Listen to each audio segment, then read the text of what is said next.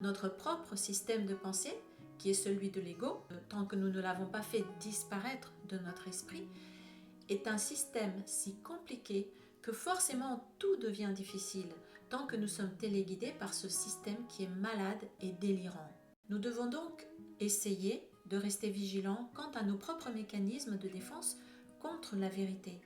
Et nous devons être le plus honnêtes possible avec nous-mêmes si nous voulons sortir du labyrinthe holographique que nous avons nous-mêmes mis en place dans notre esprit.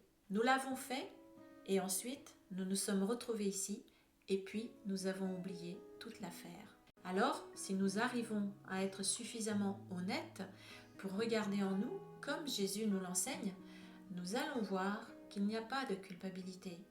Mais il faut comprendre ce qui se passe dans notre esprit et il faut apprendre comment procéder. Ce n'est pas un travail facile.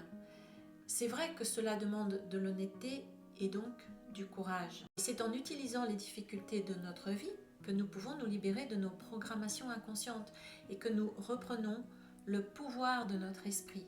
Et en procédant ainsi, nous avançons enfin dans la bonne direction. Pour passer d'une perception de peur et de souffrance à une perception de paix, c'est-à-dire de l'illusion à la réalité, nous devons pratiquer les outils spirituels du courant miracle de Jésus dans toutes les difficultés, grandes ou petites, de notre vie quotidienne. Et quand on les connaît, ils peuvent être pratiqués partout, dans tous les domaines de notre vie.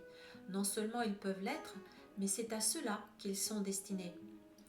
Ils sont destinés à nous aider à guérir tous les domaines de notre vie, où nous ressentons de la souffrance, bien sûr, parce que les autres n'ont pas besoin d'être guéris. Et c'est dans nos relations que cet enseignement s'applique le plus, tout simplement parce que c'est dans nos relations que nous avons le plus de problèmes. Il nous aide à passer de ce qu'il appelle la relation particulière à la relation sainte. Et dans cette mise en pratique, dans cet entraînement, il y a certaines choses que nous devons clarifier pour nous-mêmes si nous voulons être efficaces et avancer vraiment vers notre libération intérieure complète. Pour nous aider à faire ces clarifications, il y a certaines recommandations que Jésus nous donne pour gagner le plus de temps possible sur notre avancée vers le bonheur. Nous devons commencer par savoir ce que nous voulons vraiment.